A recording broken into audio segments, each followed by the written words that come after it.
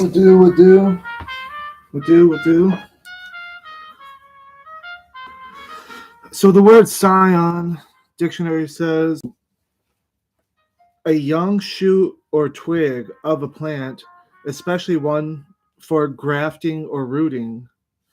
And you have Isaiah 5 and Ezekiel talk about the eagle that planted a twig, and Zechariah talk about the shoot. And this is also defined as a descendant of a notable family. So this is what they talk about in Isaiah often, that there this Messiah figure, and even though this was after David, it's going to be a son of Jesse, who is also referred to in the Bible as Nahash, the snake. And so, what is this? Well, this son, you look at the priestly caste of the time through the Hittites and their predecessors were, the Amorites and all them were the priestly caste as what's his name? Ben Shapiro has said about the Jewish people. And so often all these different time periods are conflated into one people, but it's very complicated and very nuanced. And so when we look at the Gebel Arak knife, you see depicted on it the master of animals. This is like Samson and Hercules, and this is the strong man. And David is this too, because David, destroyed the lion to protect his sheep. He destroyed a lion. I don't know if he went as far as Samson did, is to say, out of something that eats meat you find something sweet, when he gave his parents the honey from inside the lion. I don't know if that's as far as David went, but Judges is a Deuteronomical story. It is going to have these ideas that God came from Edom. That's where God came from. And in a lot of the later prophecies, it's after the sacrifice of the firstborn that Esau is destroyed. That's the judgment on them. And so any messianic vision have the destruction of Edom. And Edom represents mankind. So those that are born of the flesh will be destroyed. So that's how Jesus is the God of the resurrection. And so that's like Jesus said in John 3:14, the snake must be rose up. And the snake represents the priesthood. In Numbers, in the book of Numbers, you'll see what the snake is. When the snake bites everyone, and this snake is the angel of the Lord. This is Michael. This is Baal. This is the Lord. So this is the one who is like the Lord, who is an angel. And as an angel, he is a son of God. And so this is the firstborn of God, the angels. Let there be light. But there was a dark light too. This was the moonlight. So after winter starts, you have more darkness than light. And the light of the darkness is the moon. And that starts in September when the moon takes over. And that's when you have like Rosh Hashanah and all that. And so Jesus represents Esau, the firstborn who was killed, but in doing so is the redemption of all humanity. And that is because Jesus was offered as a sacrifice to Satan, because Satan was the accuser. And so that was Baal. Baal was Satan, the one going to and fro like lightning, riding on a cloud. Michael, that's the Son of God, um, for a long period of time for this people in this area. But over the course of time, so this is, humanity has existed for a long time, that over the course of time, it became a consensus that God had a son, and that son is the next generation.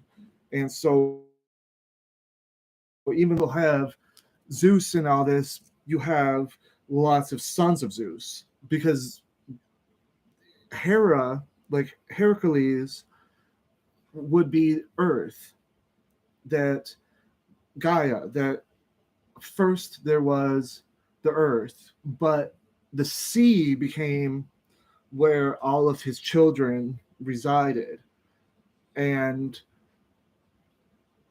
in opposite part of the world, where these people are writing left to right, the other people are writing right to left, they are looking at each other vis-a-vis, facing off along these boundaries of east and west, north and south. And case in point would be the Carthaginians versus the Romans, or the Greeks versus the Medes. And people don't realize that things are happening before Alexander the Great. So yes, that's a very important period of time, but if you read the Iliad and things like, and the Odyssey, it's all about these travels to Asia, and the god Dionysus is said to have come from Asia. So there was a huge so when like the Carthaginians would do business, even though they wrote right to left, when they would do business with Romans who wrote left to right, they would even adopt left to right. They would write Greek, and Roman is based on Greek, and Greek might be based on Canaanian or Phoenician, but they started writing left to right at one point. And that, so the world on this writing system was kind of divided like that. And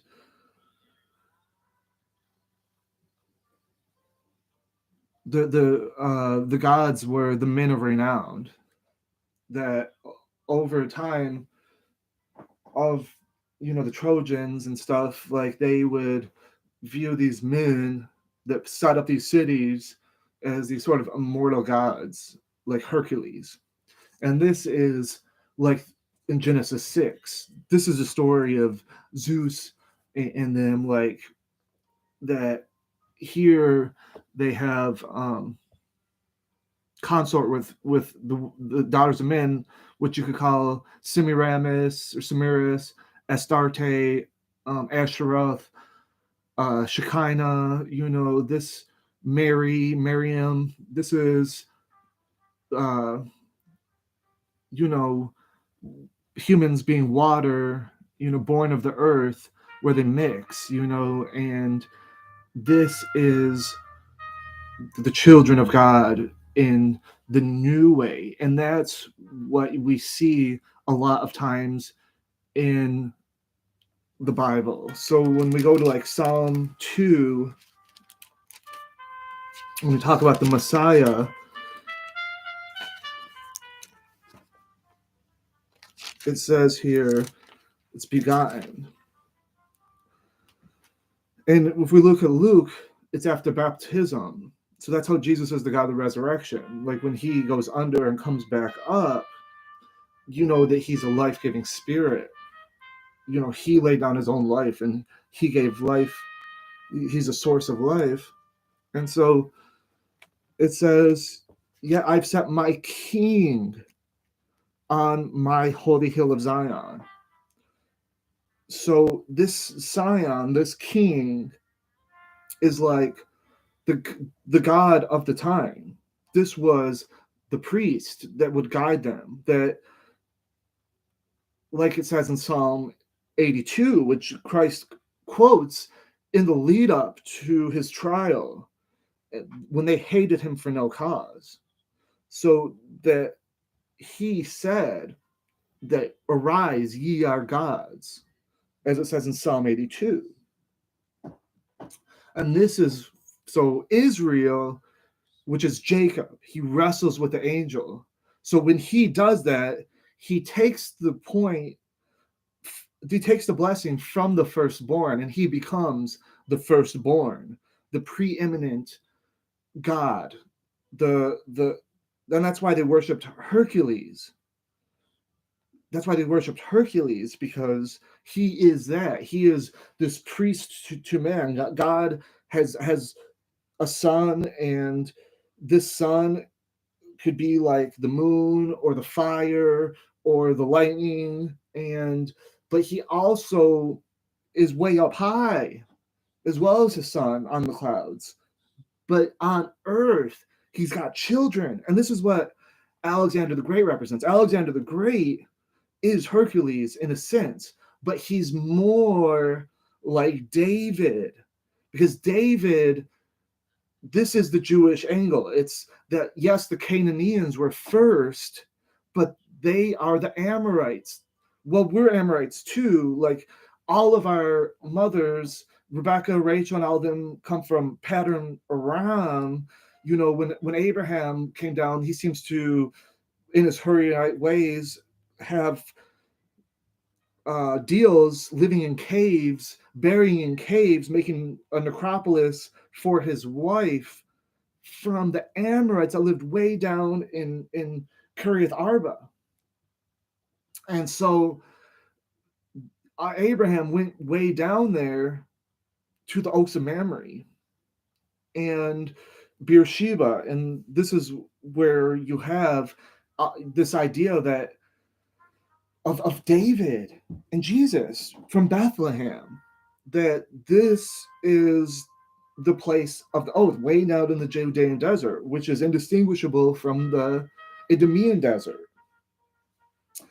And by going through this test, that this is, the Jewish people are saying that, yes, they went through the desert, through the Babylon, through the river. So it's post-Babylonian. These are Babylonians that are staking a claim on the Holy Land, as it was called then, Canaan. That, yes, they're not saying, but like if you read Judges, you see that how the Nazarite, the long-haired person, but they had these tight communities, the Shasu people of the desert, that God came from Edom. This is like Mithridates, but it's more Davidic, like Alexander the Great. Alexander the Great was a wise leader.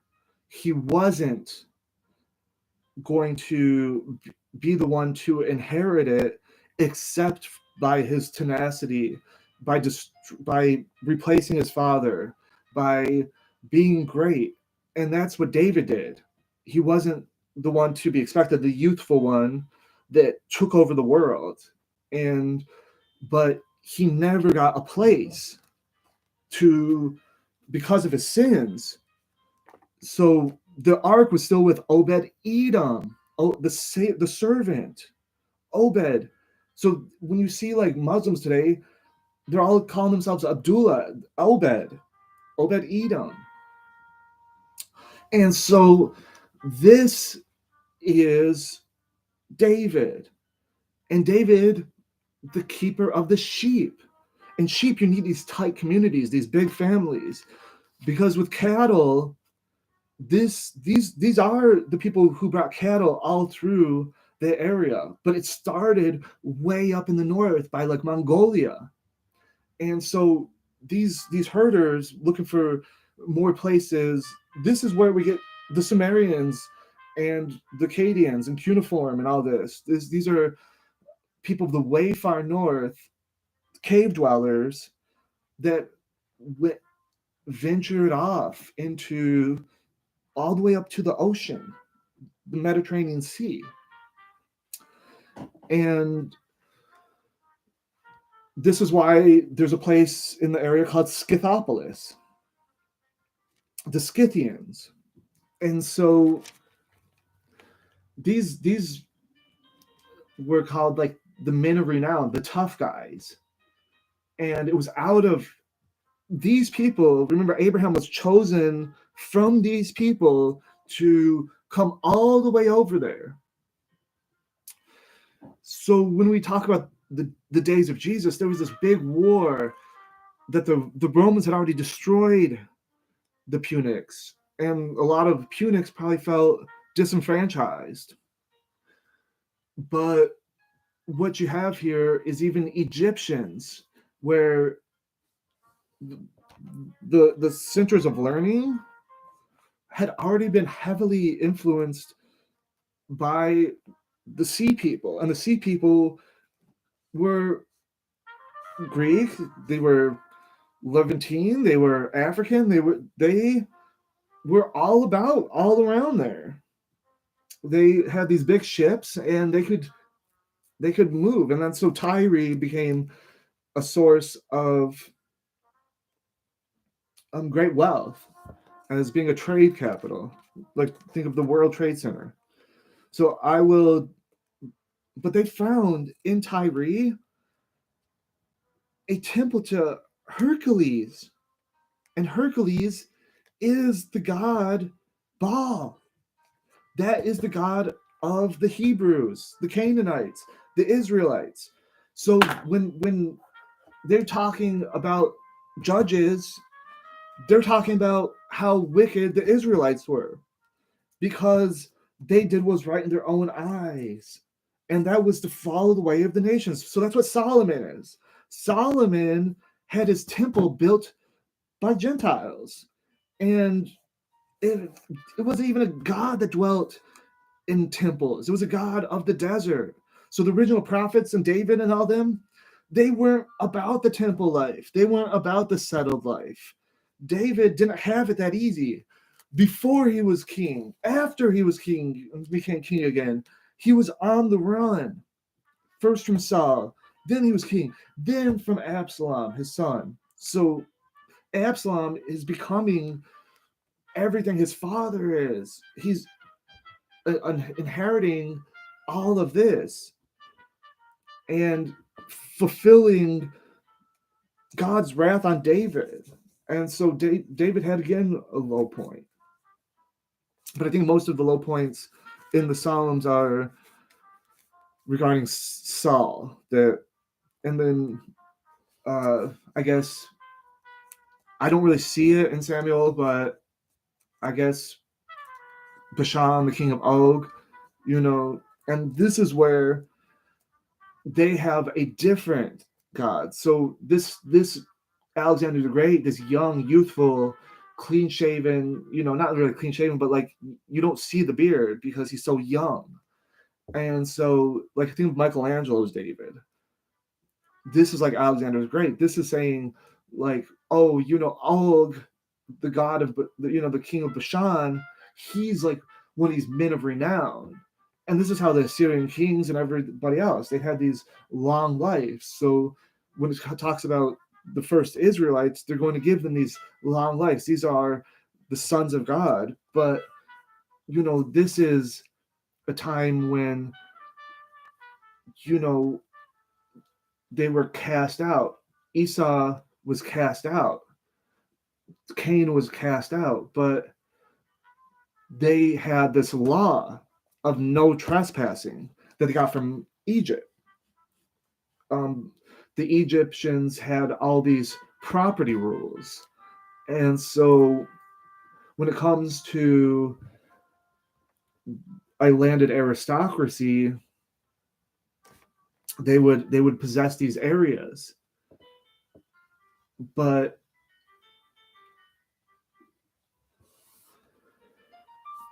that's not what David had, because David was supposed to be like a poor figure who became great.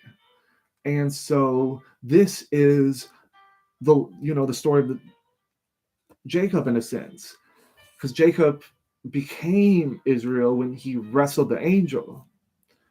And so this is where you would see this difference, that the Midianites and all of them, yes, this is where we get our root from, but we're going to distance ourselves from them by this monotheism and iconoclasm, and to, as it says here in Psalm 135, that he defeated many nations and slew mighty kings, Sihon, king of the Amorites, and Og, king of Bashan, and all the kingdoms of Canaan, and gave their land as a heritage.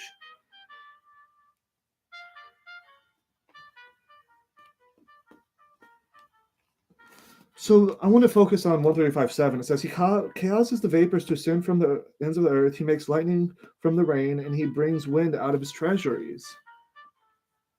This is Baal. So when Jesus turned water into wine, he's doing that role. He's the source of man doing God's work, like with God. So God gives increase, but man plants.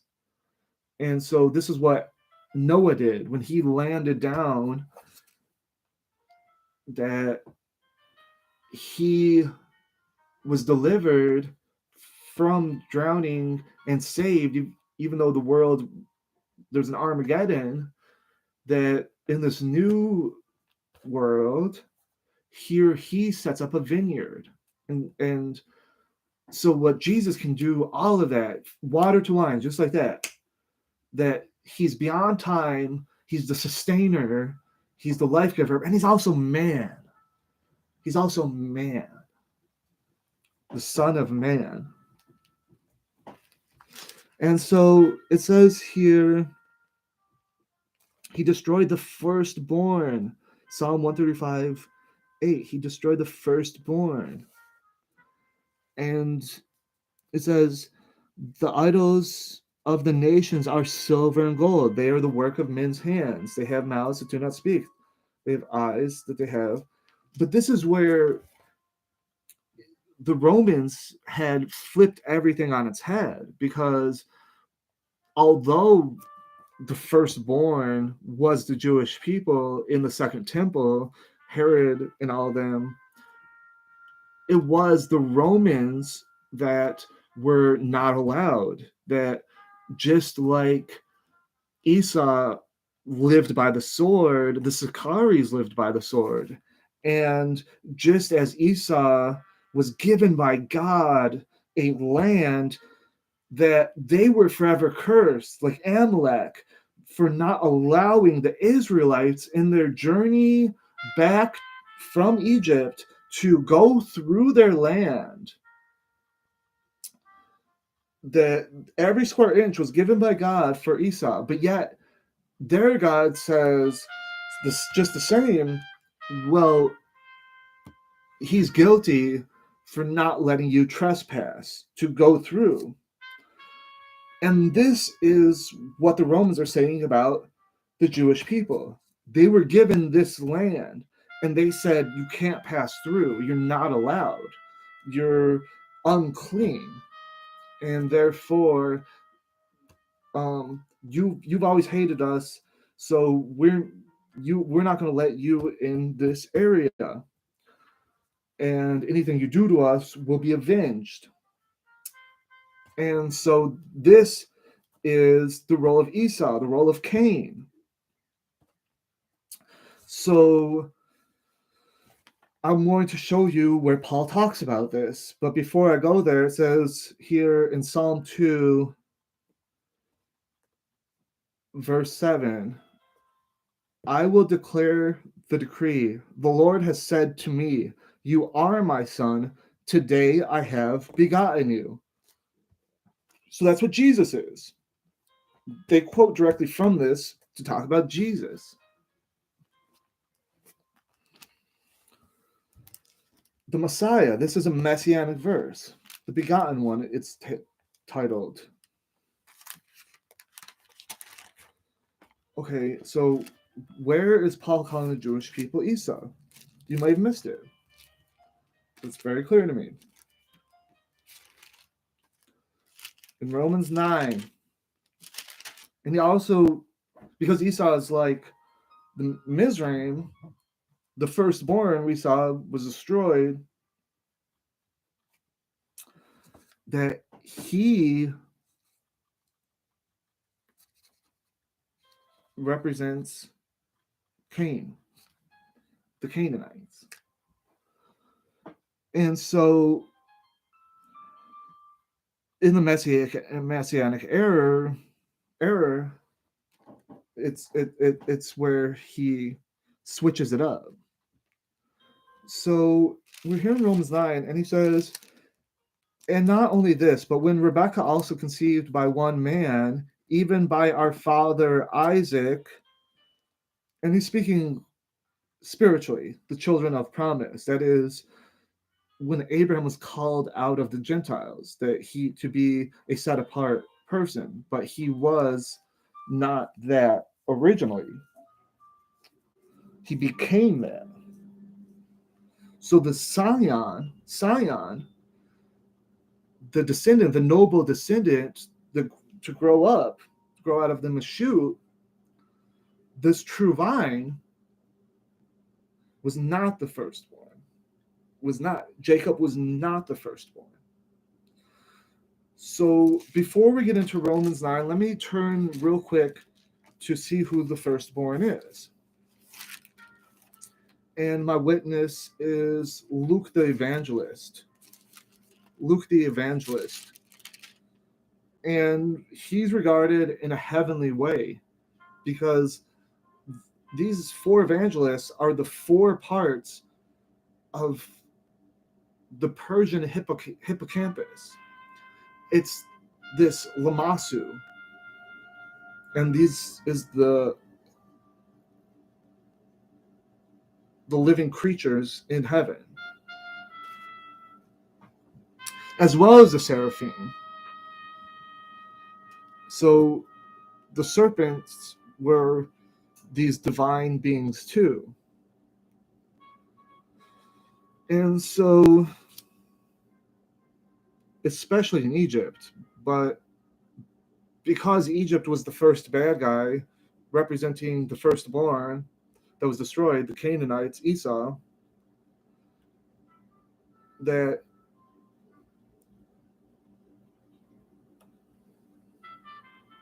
I forget what I was going to say, but let me just so in chapter 15 of Luke, he's really harping on this idea of the lost sheep, and I believe this is who Peter and Andrew and all them are.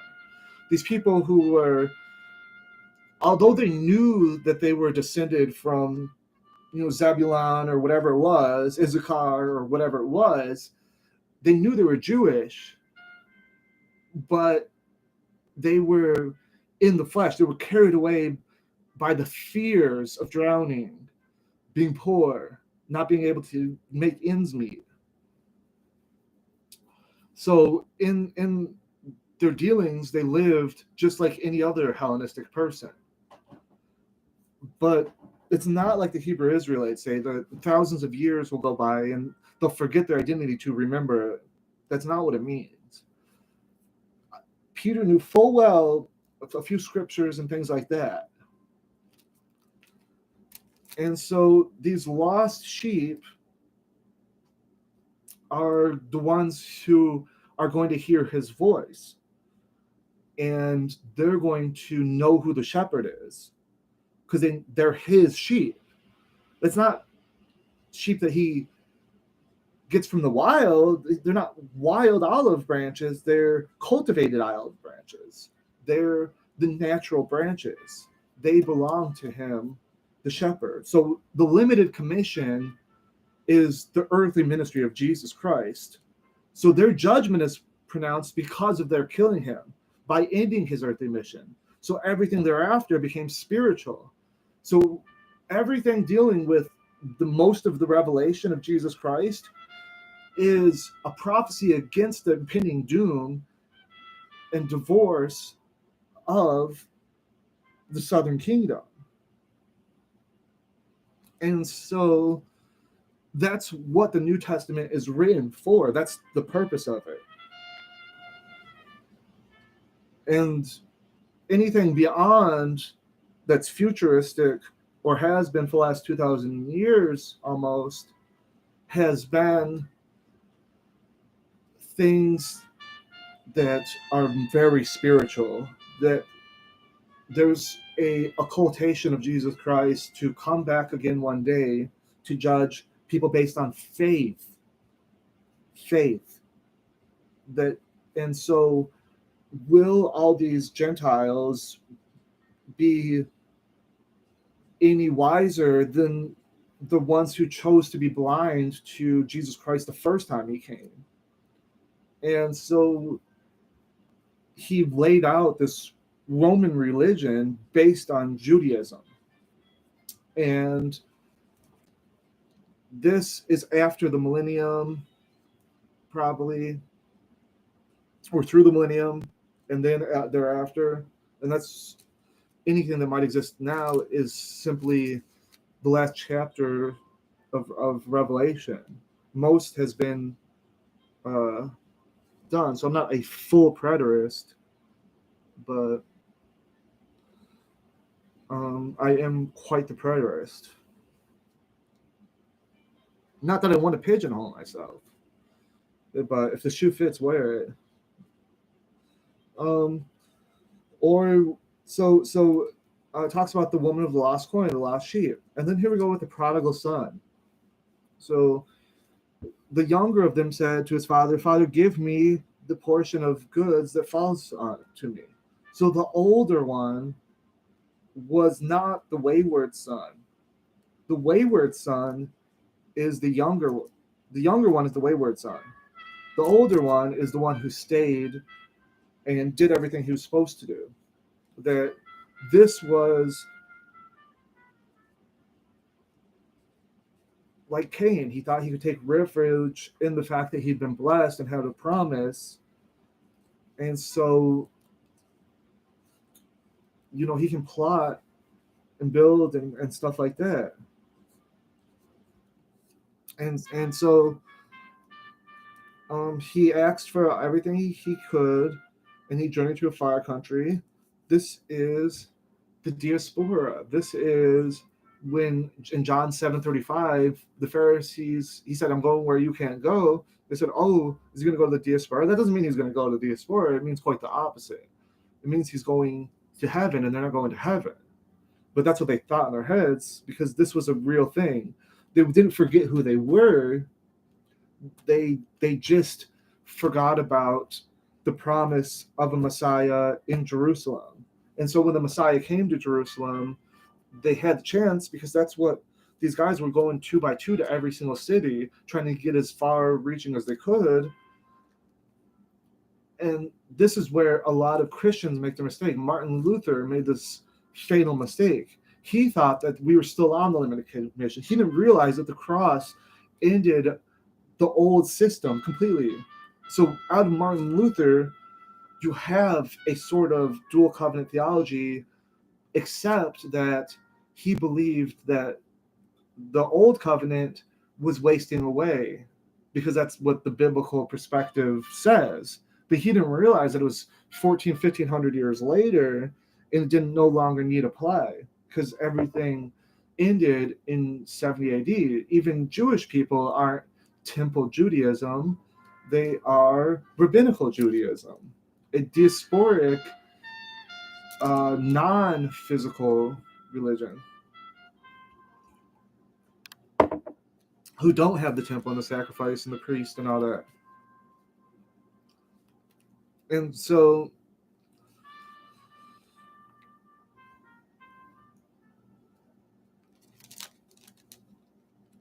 he said he gladly filled his stomach with the pods after he got hungry. And he said, "How many of my father's hired servants have enough bread to spare, and I will perish with hunger? I will rise and go to my father, and I will say to him, 'Father, I've sinned against you heaven before you. He's against heaven and before you, and I am no longer worthy to be called your son. So this is what Hosea is talking about, and Paul's talking about too, that this is Israel.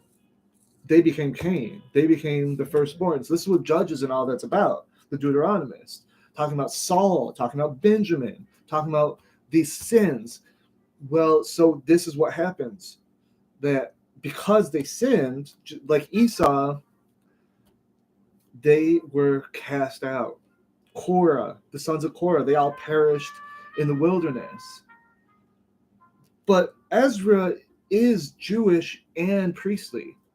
And because he comes after the Jewish source, and one of the shortcomings was the spiritualizing of it, that here the Deuteronomist is saying, well, even after all this, even after David, we still had all this sin. So it wasn't until the days of Josiah or something where we've really understood it. But I would assert is post-exilic, so it's not even Josiah. And so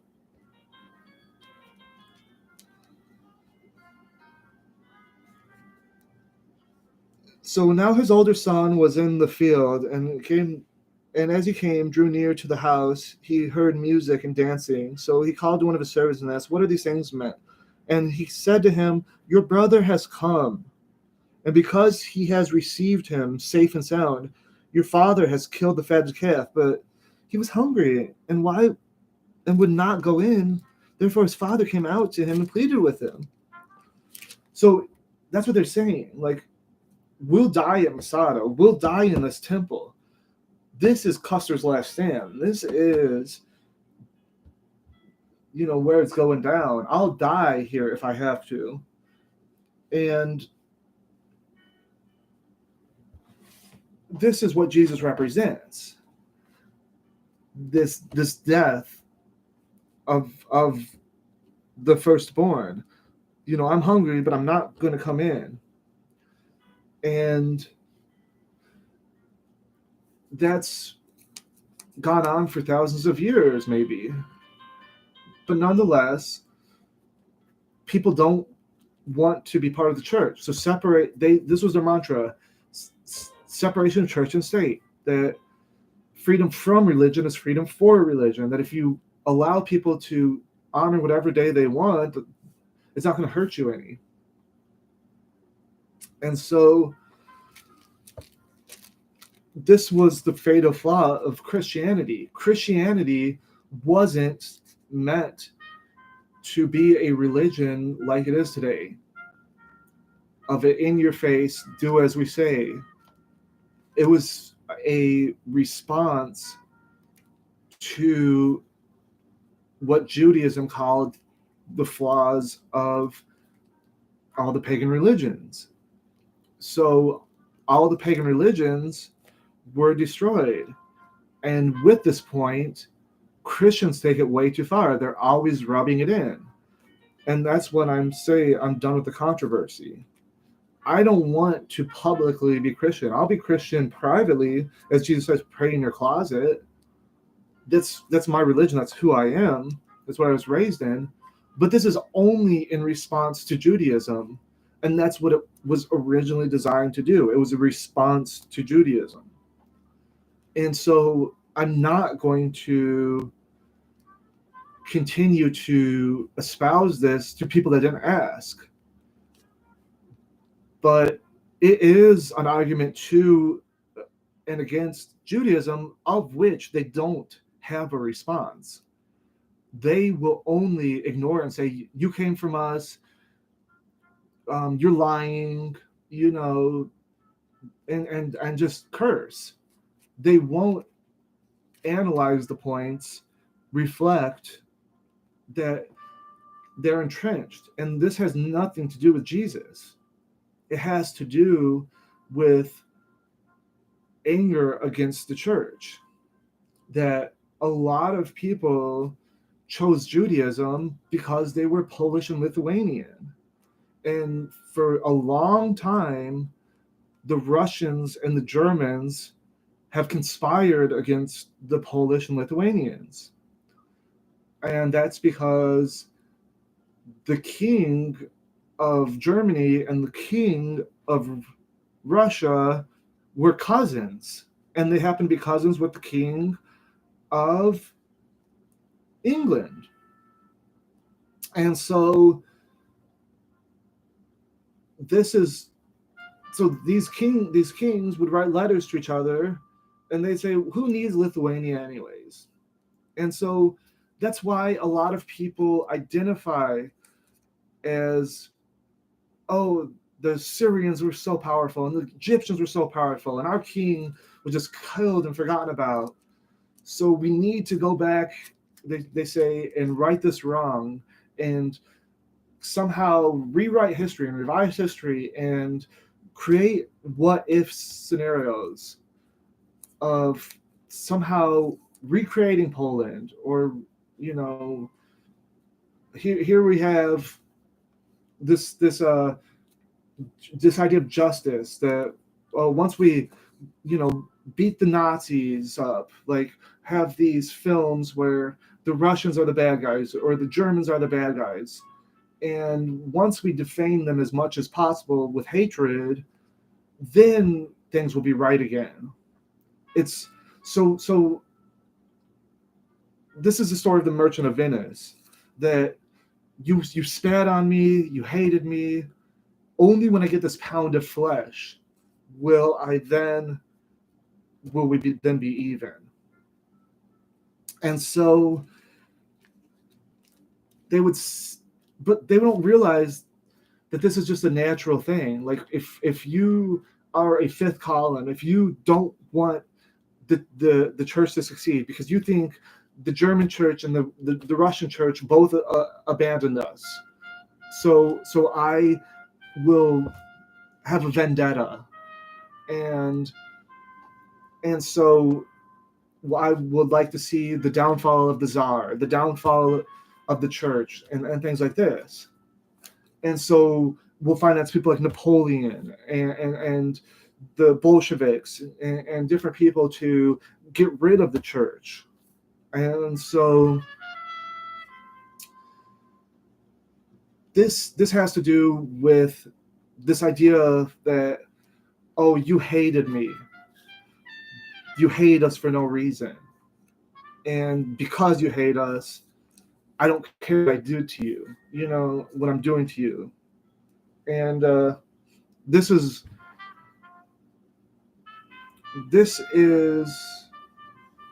where we are right now. And we are, in a lot of people's minds, because of what happened in the 1940s, to the point where the church did lose.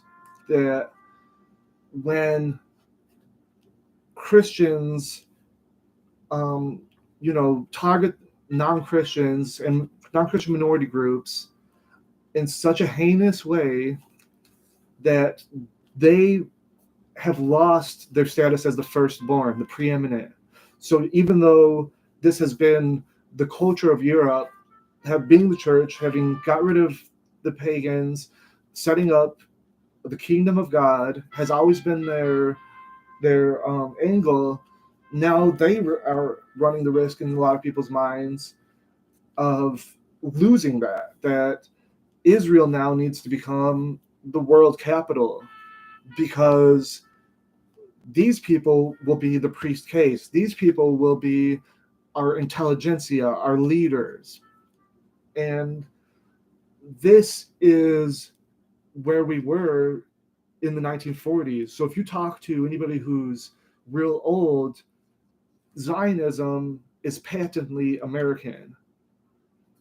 But that's not how it was. People who are older than that, you're not going to meet many of them because they're really old now. That's not how it was.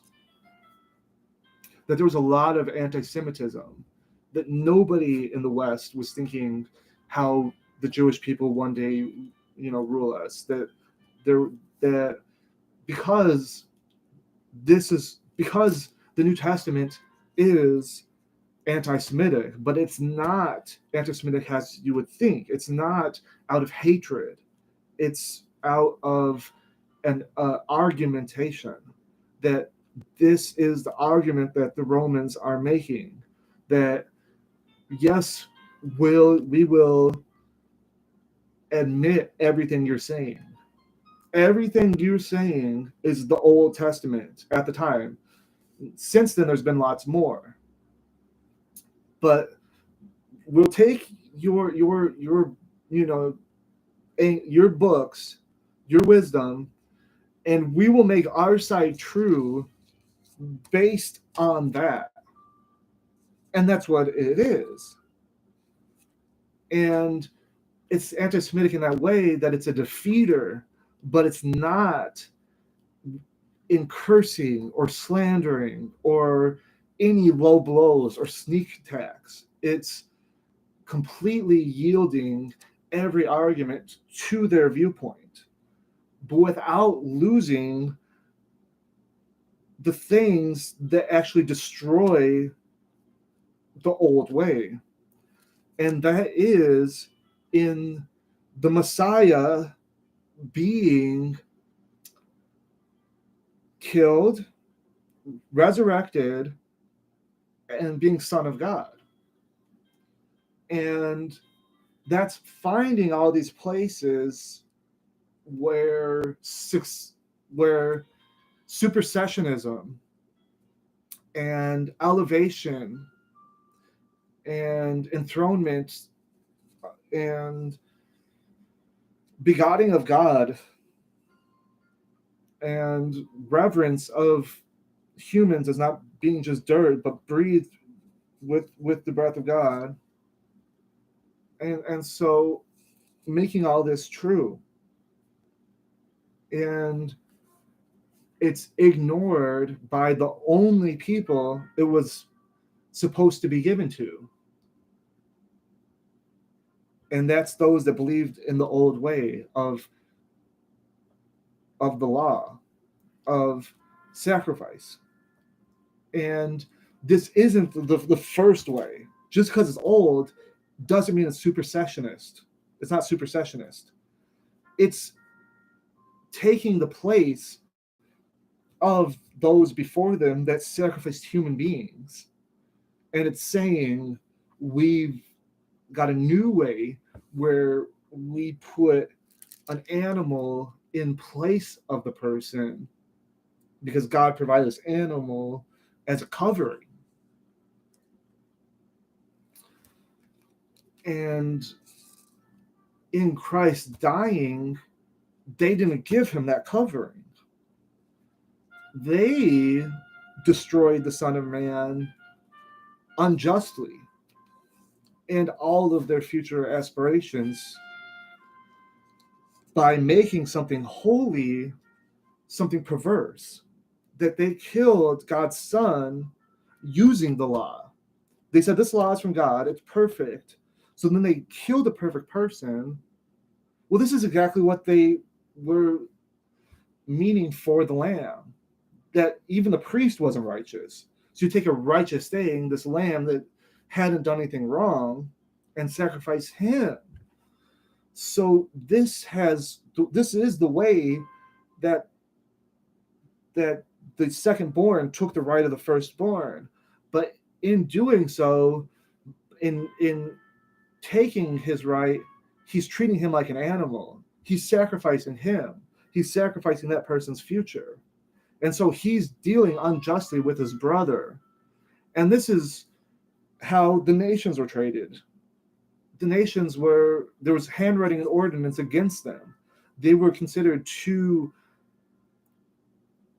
profane to get next to the fire. And the fire is part of this grift that even though it started before animal sacrifice, it was heavily exploited by this grift, because they were able to burn all the offerings and say God ate them.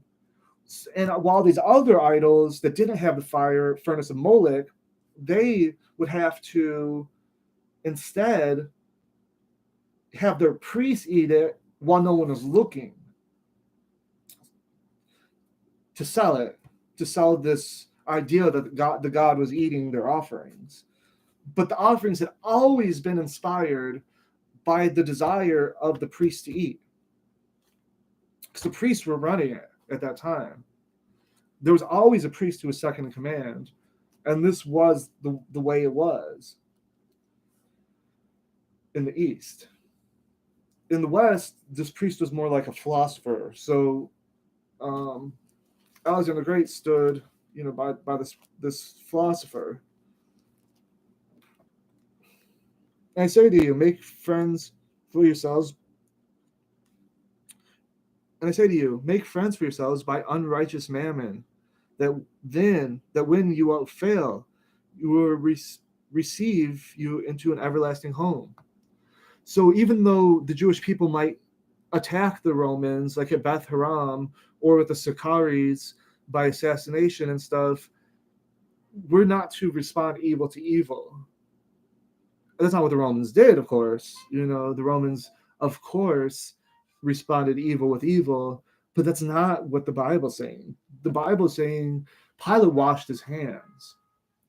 And Pilate himself represents an attempt to try to be everything they'd want them to be. That the Romans were trying to educate these people in the Roman ways.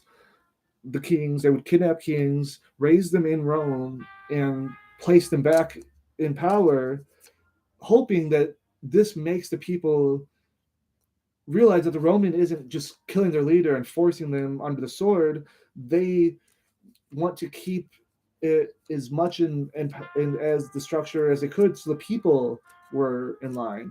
This is the Roman way. This is the British way. This is the American way. We finance so many militaries.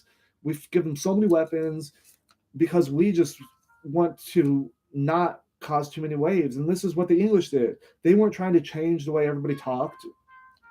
They said, we have our own way of measuring things. We have our own way of talking. But you keep your culture and just do business with us.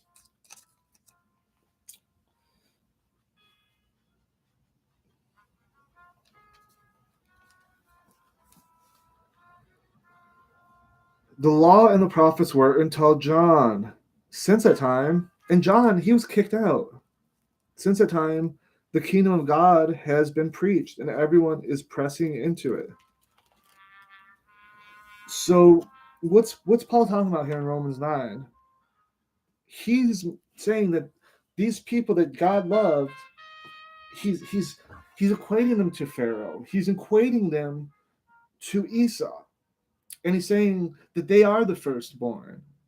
But we know what happens to them. In the Messianic age, the secondborn, the second Adam being Edom, same word, he's going to come out dripping in their blood and the wrath that they profess. But he doesn't. He's his own blood. He's being them. This is the ultimate win. It's that it's not by the sword. Jesus said, if my kingdom were of this world, blah, blah, blah. He's told Peter to put his sword back. So Peter was acting like Esau, the way of the sword. Like Ishmael, wild, of the flesh, hungry. But this is not going through it. And going through it is wrestling with the angel. And this is what the Gentiles, Paul is saying, that come to his new religion are doing. They are becoming the firstborn through Jesus Christ, who was offered to Azazel, to the ones that wanted to accuse him, that took him outside the gates and took his life. This makes him the sacrifice. And so although he is the firstborn, he's on behalf of the secondborn in allowing them to become the firstborn. And it says here, but it is not that the word of God has taken no effect, for they are not all of Israel who are Israel. And I reject the NIV's interpretation of Romans 2:28, where it says they're not only Israel who are of the flesh, as if to imply that they have to be both flesh and spirit. That's not the rendering. He's saying they're not by the flesh. They're not by the flesh. Not he doesn't say not only. That's not what it says in NIV. You're wrong. And it's been going on this way for a long time because King James believed in this idea of a Scion, that there was this blessed bloodline, because he thought he was that. He thought that his father worked his way up and became the firstborn, the preeminent one, because of divine providence. That, like David, that he was anointed, that God had a purpose for him. And this is like Alexander the Great. This is the kind of fanatical thinking of power. And it says, so why did Paul wish he was himself accursed from Christ for my brethren, my countrymen according to the flesh? He doesn't wish himself accursed from Christ. So if I say, man, I wish I could be a billionaire, that doesn't mean I want to be a billionaire. Like, because I know that with it comes a lot of bad things. So that's what he's saying here. He doesn't really wish he was himself accursed from Christ. He's saying there's a part of him that is wishing that, because it's antithetical. It's antithetical. It's the opposite. That there are these warring ideas, that this is what the Greeks taught us. Like things, opposite things. This is the basis of all logic. That these two things are not the same. And I'm not into controversy. I'm not going to choose one side. If there are two sides of something, there's probably two sides for a reason. And but true is true. It says in First Esdras, as well as elsewhere in the Bible, that truth is greater than all these things that people think is great. And that's where one could even die, but the truth will live on. So it's not this fleshy thing, and it's not as it seems. So who are his brethren? It says right here, the Israelites. And he's saying pertain the adoption. So they're not the firstborn, but they of God, but they get adopted by God. Like Abraham was a Gentile, but he was adopted. And just like Jacob, who was born Jacob, he became Israel. And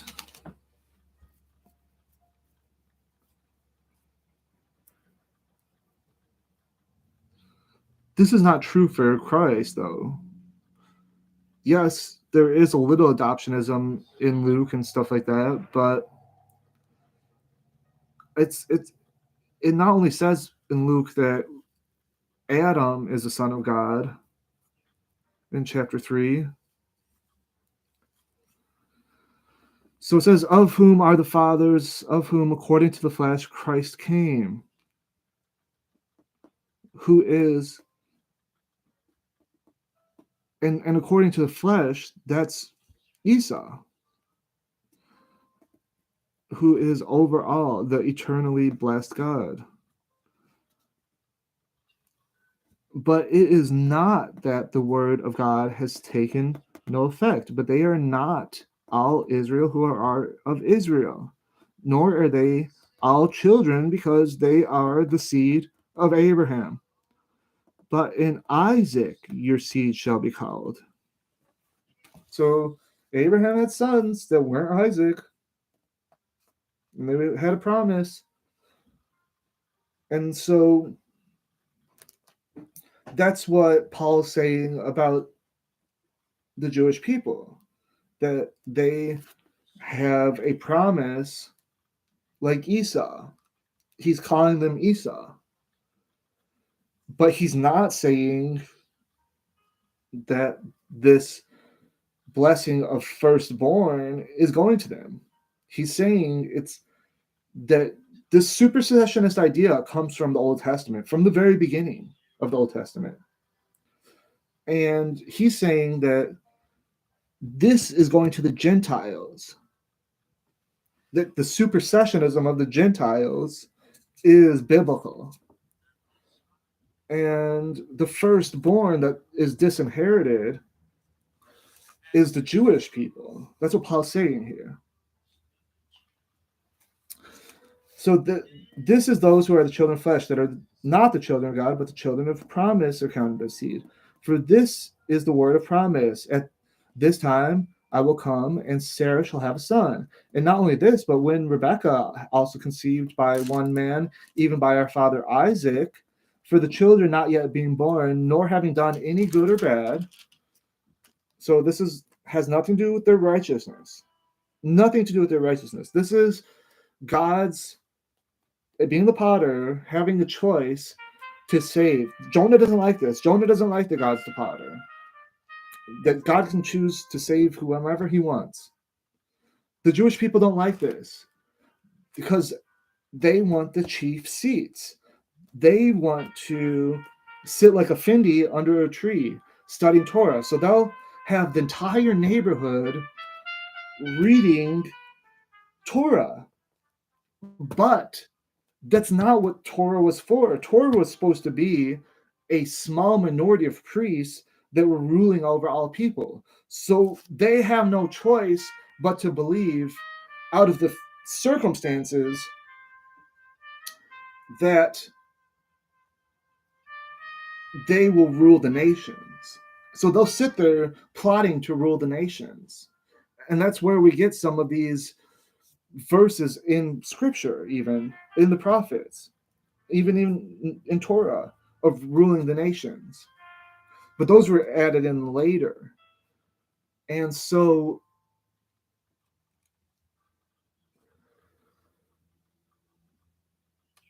they don't realize that these things happen for a reason, of circumstances. The reason why they even formed these cultists, these nexus, these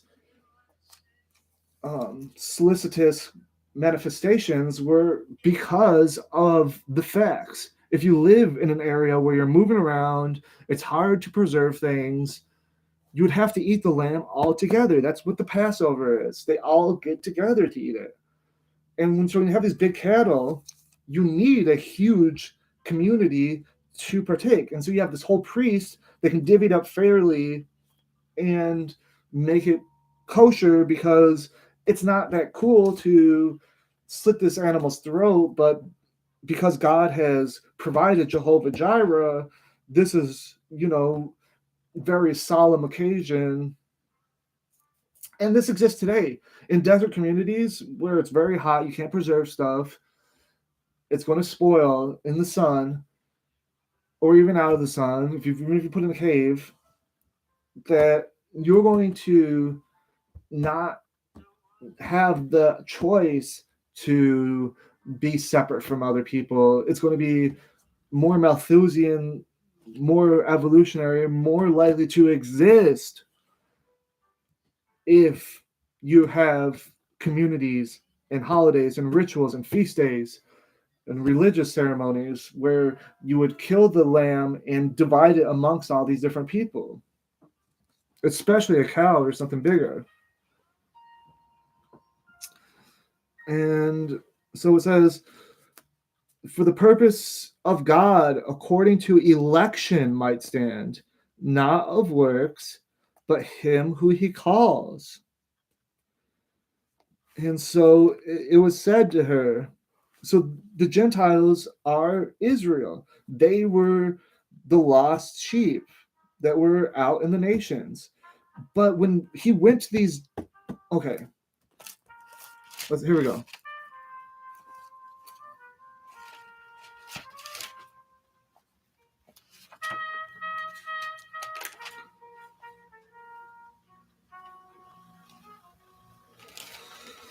Luke 4:23. It says, and he said this proverb to them, you will surely say this proverb to me, physician, heal yourself.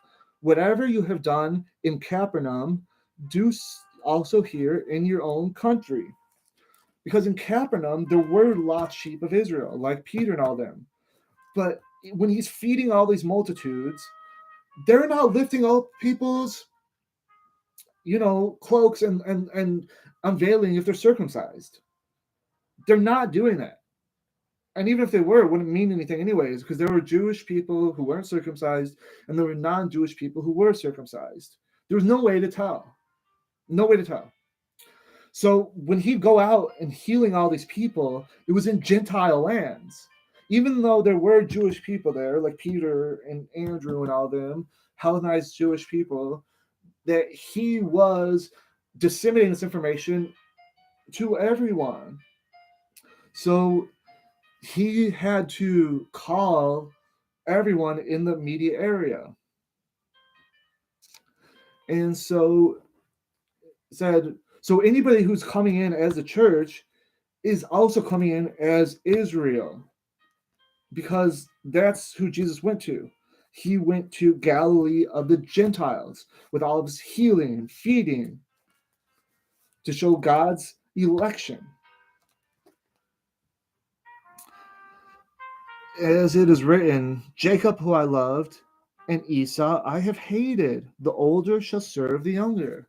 Well, the older is in the prodigal son. He was the one that doesn't even want to live, won't even eat. Remember, if the Gentiles are coming into Jerusalem, it burns. All the people in Masada committed suicide.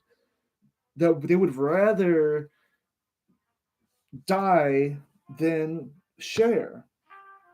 And they might say the same thing about their enemies. Of course. Of course. There's two sides to every story. I'm not here to say that. There isn't. But it says, I will have mercy on whomever I will have mercy, and I will have compassion on whomever I will have compassion. For scripture says to the Pharaoh, for this very purpose. So while the Old Testament is saying this purpose of making sure a seed lives on, a seed, they go through great lengths to make sure the seed lives on. It doesn't mean that they're chosen to be Israel, to be the preeminent one, to be the second born who's chosen. It doesn't mean that. It means that the one who is hated is given a land.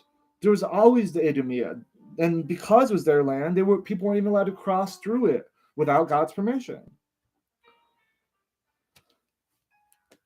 And so when Jesus is allowing people to walk all over him, it's by his permission, that he is the righteous one, because he's not doing an eye for an eye. Those doing an eye for an eye, there's nothing for God to give them. They haven't done anything good. Only by forgiving and loving can they do any good. So Jesus isn't even blaspheming his God when he's forgiving. His God's not there coming down and striking him dead. His God didn't strike him dead. His God gave, his God is his Father. And the Father God gave his Son to Satan. And that's not because he didn't love him. That's because he so loved the world. He so loved the world that he gave his only begotten Son as a ransom But when you say that he gave it to himself, not only does that make no sense, it's just going, who gives something to themselves? You didn't give it. Not only does that make no sense, but furthermore, it's maligning God into this vengeful, kind of making him like Abraham. Like, yeah, if I gotta sacrifice my son, sure, bet. That's not what makes Abraham righteous. The fact that he would kill his son. It's that he listened to the angel of God. The angel of God that said he doesn't want him to sacrifice his son. And he didn't do it.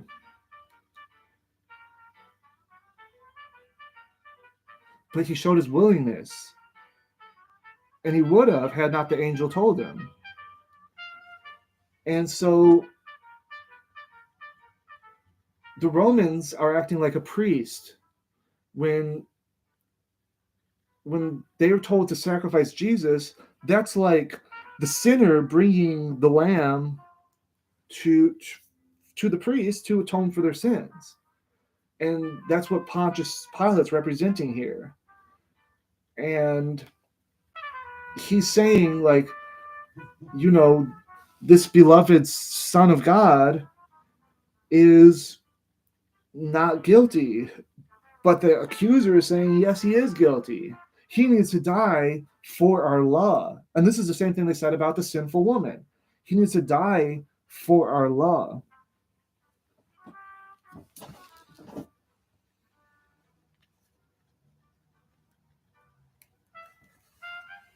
And so let's go through some scriptures real quick.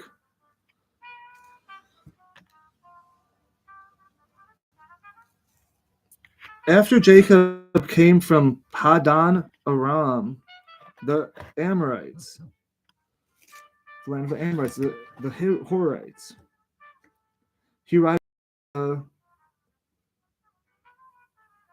the land of Canaan. But if we look down here at the Septuagint, it says, and Jacob came to Salem. Salem. So Jerusalem is a city in Shechem, which is in the land of Canaan. So he left out Mesopotamia of Syria, the land of the Aram, that he went to Salem, Jerusalem.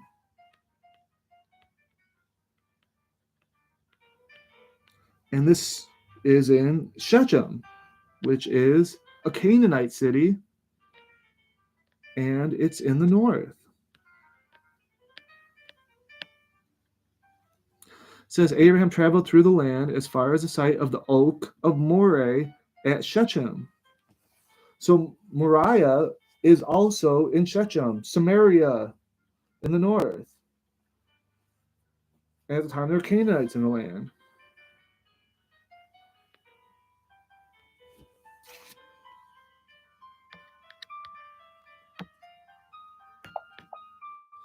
Genesis 13. What does it say? God. Didn't I? Oh, yeah.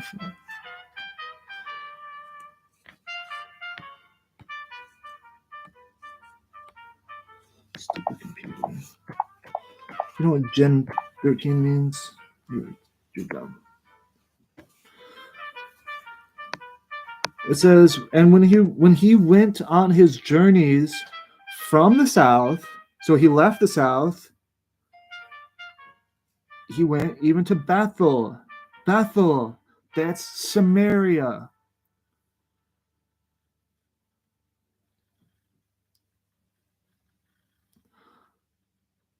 So maybe I'm wrong. Maybe when it says Shalem is in Shechem, that is way down in the south.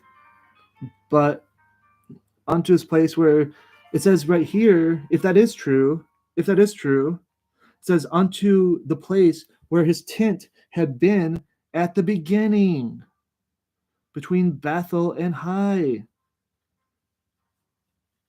So I think if it was that obvious that the Samaritans were wrong, that the patriarchs set up Jerusalem, which I don't think makes any sense. I mean, you can see clearly in Judges where the first temple was, and David, city of David. If it's, David's much later than Jacob, and it even says that they had to build the temple somewhere else. So Zion isn't even where the temple is built. The Temple Mount, Zion, two different places. That's what it says. And who built it? Tyre built it. Hiram Abiff. The Gentiles, who were called demons, the Samaritans, they built the temple. Solomon's temple was built by them. And it's with the oaks of Bashan. What they make the idols out of. What they say in Jeremiah 10 or Jeremiah 5, whatever.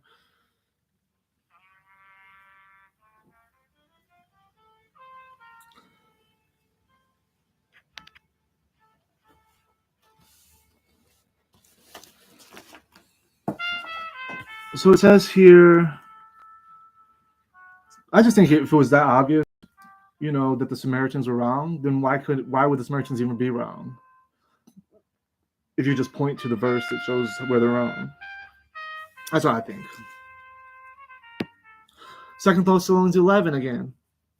For this cause, God shall send them strong delusion, that they should believe a lie, that they may be damned who believe not the truth, but had pleasure in unrighteousness. I'm telling you.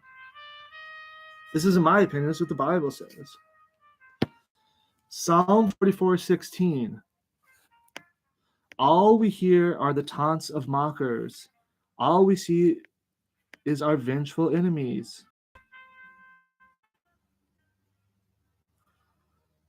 I don't like that translation.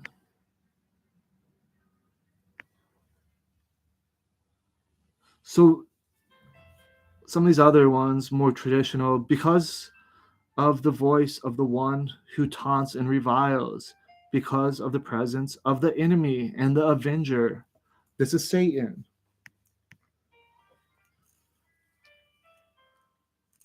All day long, my disgrace is before me, and shame has covered my face.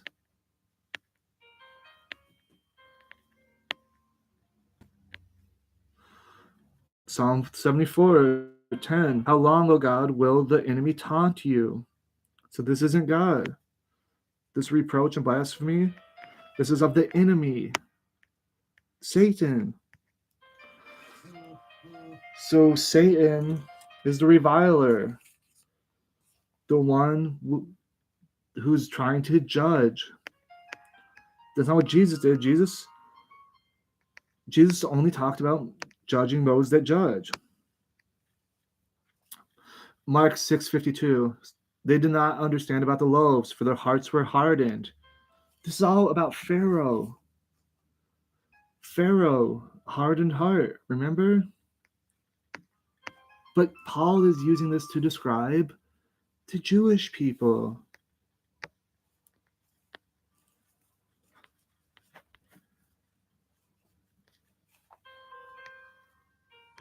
So I'm reading about this god Makart. This is Molech. This is Yahweh of the old days, the Canaanite Yahweh, the first Yahweh. And he wasn't even called Yahweh then. So even when it says Jehovah Jireh and things like that, it's anachronistic. It's after the Jewish people came in the Second Temple, they called the god of the Phoenicians and the Canaanites, whose name was Adonai or Malcolm or Milcom or Baal. They're calling him Yahweh and saying that they were worshiping the devil the whole time. And it's not really true. I mean, people thought they were worshiping the real God, So it's not to any fault of their own. It's just the wicked priests that were leading people astray. And this is the problem with these gods, that, as they get replaced by these other gods, they're trash. They have no ears, they have no hearts, their hearts are hardened, they're blind, they're deaf, they're dumb, they can't talk. Well, the living God doesn't suffer this. The God that's fire isn't going to run into these problems. It's the ultimate grift, because you can not be pigeonholed into a God that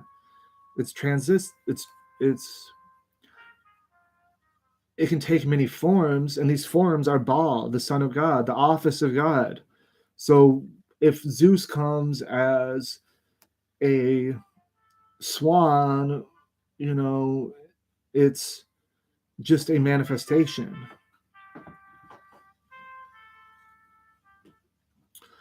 But this Malcolm, this was the god of the Phoenicians, Tyre, all that.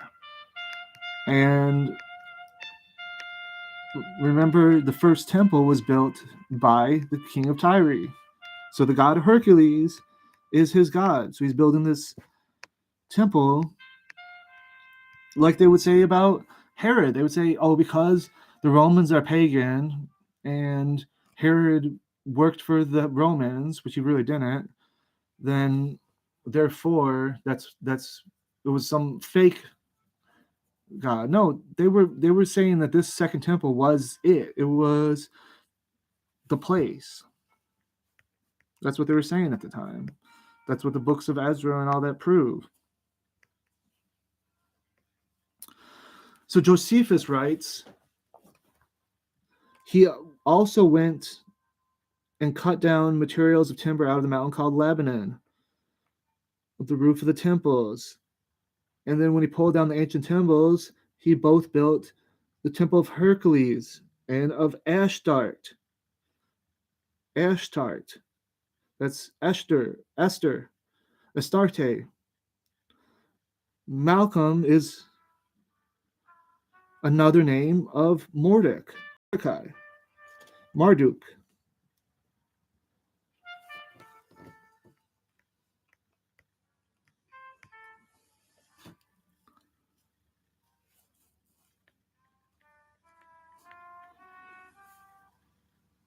1 Kings 18:27. And it came to pass at noon, Elijah mocked them, said, cry out loud, for he is God. Either he is lost in thought, or he is wandered away, or is on a journey, or perhaps sleeping and must be awoken. But Herodotus is talking about this temple to Hercules. So here's a witness older than the Bible, pretty much. I would sure say by a long shot, saying that Tyre was a temple. But who's this image of? This image of the priest who ruled for the Hyksos and Joseph and all them. This is the master of animals. And so this is Hercules. This is Samson. This is David. This is the Messiah, what Jesus is based on. Melkart,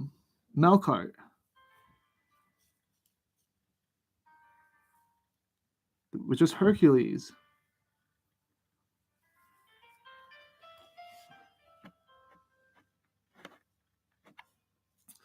Let me leave you with one more verse and then I'll go. It says, John 8:17, in your own law, it is written that the testimony of two witnesses is true. So people always tell you this. But Jesus is saying, because Jesus represents the Romans' words, his person, his fleshly nature represents the Jewish people. But his arguments, give to Caesar unto Caesar, everything about his crucifixion, this is the Romans' angle. And here he's saying they hated him for without reason. Do what they tell you. Go walk 2 miles if they tell you to. Do everything the Pharisees tell you to do. That's why Jesus was perfect. He was perfect under the Pharisees' law. He was perfect under Jewish law. And the Jewish law still killed him. The innocent man was punished under the divine law. And so it says in your law. Do you know what that means? Your law? Your isn't your. Your means in your measure. In your measure. That's what it literally means. If you look at the words, it says metero. In your measure. When it says your, it's saying, it literally says in your measure, in your estimate, that by 2 witnesses, one is judged. Well, there was no witnesses against a sinful woman. She was forgiven. But against Jesus, there was 2 witnesses. There were a whole crowd saying he was guilty. And so, but Jesus is saying, well, if you believe 2 witnesses, you might think on one witness, but God himself. That's what I'm telling you. The Old Testament says what Jesus is saying. This whole argument is based from the Old Testament. So 2 witnesses. The Old Testament is confirming what Jesus is saying is true. And you either deal with those points or you have nothing. Because this was important. This was groundbreaking. This was revolutionary. And this changed the world. And this is how the world changed. That the destruction of that glorious temple, very impressive, the Herodian temple, one of the wonders of the world, represented all of the Eastern's rebellion against the West. But as that fell, as that became no more, this started the millennium, basically. So it's always been between the Greeks and the Persians. That's what this whole Trojan War, that's what they were doing. The movie Troy and all that. All the movie 300, all that, it's all about this. And so it was Persian. The world was Persian. But in Alexander the Great, it really changed. It had been changing for some time and been going back and forth. But this area was Persian until Alexander the Great. That's because the Persians right before this were really powerful. That, yeah, Greeks have been, Phoenicians and everybody have been up in there. But at this time period, the Persians. So the Prince of Persia withstood Michael. And so, but then this Billy Goat, Russian from the West, knocks him down. And so this became the Greek era. Until about 165 BC. And all before this, it's like Hezekiah paying tribute. That, yeah, there was a dynasty there, but there was a much bigger dynasty that was making the money. And they had to pay the coin, the tax. That they were a small nation, a not powerful nation. But there was a semblance of independence for a while under Judas Maccabeus. And this was anti-Greek. It was Persian. It was patent to the Eastern, right to left writing.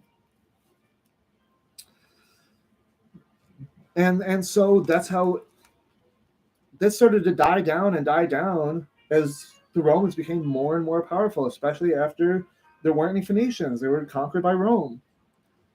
And then from the time of Jesus onward, that was the millennium. That's what this Bible is saying. That's saying, the New Testament saying that they were, the masters of vineyard were cast out, and the time of the Gentiles. This time of the Gentiles is the millennium. And when it comes to an end, that is when the Muslims took over. But that's only the Western perspective. When you look at the Eastern perspective, it's opposite. It's that the West were invading us and taking over. This is what Persia thinks. Arabia and all them. But when we kick them out, that's when the millennium began. But either way you have it, there's been a millennium. Whether it's the Eastern millennium or the Western millennium, it's happened. It's already happened. And so that's where I leave you. And I am out. Bye.